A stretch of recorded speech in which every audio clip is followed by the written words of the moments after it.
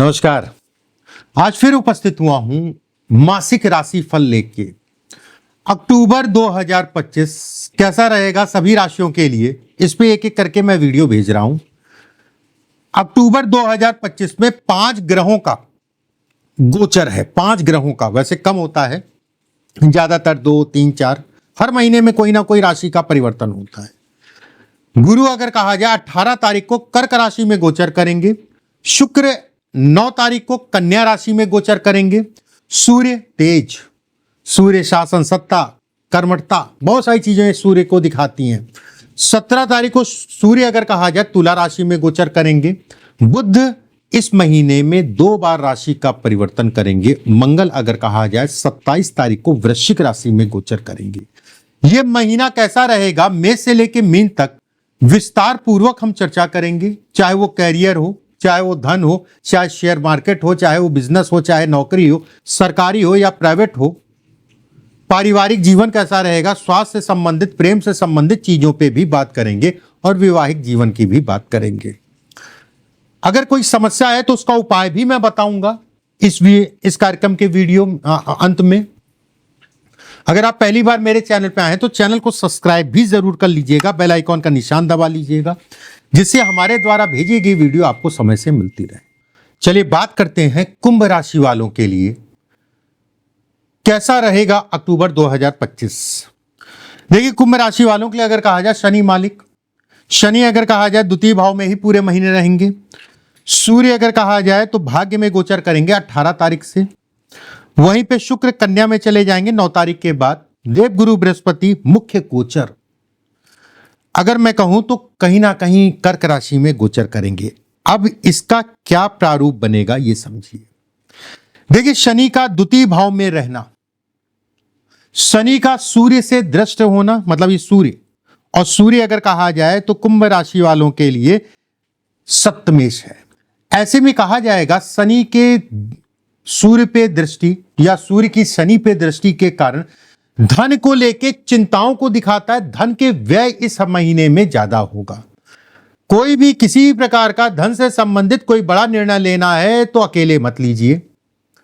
वहीं यह भी कहा जाएगा कि शनि आपका जो है व्यय है, खर्च है। शनि अगर कहा जाए रोग है। शनि अगर कहा जाए दवाइयों पे खर्च को भी दिखाता है इस महीने में। वहीं संबंधों में तनाव, ससुराल पक्ष को लेके मानसिक पीड़ा भी। वहीं जहां पर भी आप रहते हैं या फिर जहां पर भी आप काम करते हैं, जो भी आपके नेबर्स हैं, जो भी आपके टेनेंट्स हैं, उनसे मानसिक रूप से तनाव को भी दिखाता है या उनके कारण नुकसान को भी दिखाता है। किसी भी प्रकार का कोई कोर्ट केस वाद विवाद चल रहा है तो उसमें आपको सावधानी रखनी है। यह भी कहा जाएगा कि कोई पैतृक संपत्ति से संबंधित चीजों में भी सावधानी रखनी, बहुत ज्यादा। देखिए, पैतृक संपत्ति से संबंधित या जमीनी कोई वाद विवाद है या कोर्ट कचहरी में है तो उसमें समस्याएं बढ़ सकती हैं। शनि अगर कहा जाए तो ये जमीन है। सूर्य अगर कहा जाए तो गवर्नमेंट, या सूर्य अगर कहा जाए पिता, सूर्य अगर कहा जाए पैतृक संपत्ति के भाव में होने का मतलब यह भी कहलाएगा कि आपको सावधानी रखने की आवश्यकता है। वहीं व्यवसाय के लिए, धन के लिए सामान्य है, व्यवस्थाएं आपकी चलती रहेंगी। मंगल अगर कहा जाए कर्म है। मंगल अगर कहा जाए चाहे आप सरकारी में हो, चाहे प्राइवेट में हो, चाहे व्यवसाय में हो, धन का आवागमन बना रहेगा। व्यवस्थाएं आपकी सुचारू रूप से चलती रहेंगी। 18 तारीख के बाद कोई भी नया काम आप शुरू करना चाह रहे हैं, कोई नौकरी में परिवर्तन करना चाह रहे हैं या फिर आपके पास नौकरी नहीं है, तो उन चीजों के लिए यह महीना अगर कहा जाए तो बहुत अच्छा है। और खासकर उसमें भी अगर कहा जाए तो 18 तारीख से लेकर 31 तारीख के बीच का पीरियड आपको इन चीजों में सफलता दिखाता है। विद्यार्थियों के लिए विकल्प खुलेंगे। भाग्य इस महीने में आपका पूर्ण रूप से साथ देगा। भाग्य साथ और भाग्य का साथ, और जो लोग नौकरी के साथ, पढ़ाई के साथ में नौकरी भी जो बच्चे करना चाहते हैं उनके लिए भी ये महीना बहुत अच्छा कहलाएगा। वहीं मित्रता, यारी, दोस्ती इत्यादि चीजों के लिए अच्छा है। गुरु का यहां बैठने का मतलब थोड़ा सा आपको अपने शरीर स्वास्थ्य का ध्यान रखना है, थोड़ा सा अपनी शुगर का ध्यान रखना है, थोड़ा सा अपने पेट का ध्यान रखना है, एसिड का ध्यान रखना है। ठीक है, एसिड से संबंधित चीजों का ध्यान रखना है, एक बात। वहीं शुक्र केतु, शुक्र कन्या राशि में 9 तारीख के बाद जाएंगे।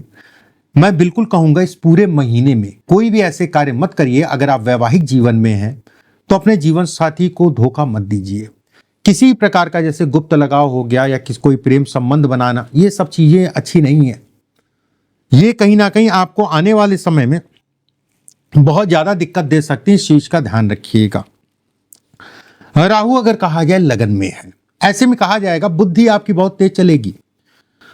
बुद्धि के बल पे अपनी चीजों को आप निकाल ले जाएंगे। किसी प्रकार का जमीन प्रॉपर्टी से संबंधित कोई निर्णय लेना, और खासकर वो कमर्शियल हो, ठीक है, कमर्शियल खरीद फरोख्त करनी है, उसके लिए बहुत अच्छा समय है। चीजें हक में आती हुई दिख रही हैं इस महीने में। बस धन के फ्लक्चुएशन को दिखाती हैं। वो धन अगर मैं कहूं तो धन की इनकम की बात नहीं कर रहा हूं।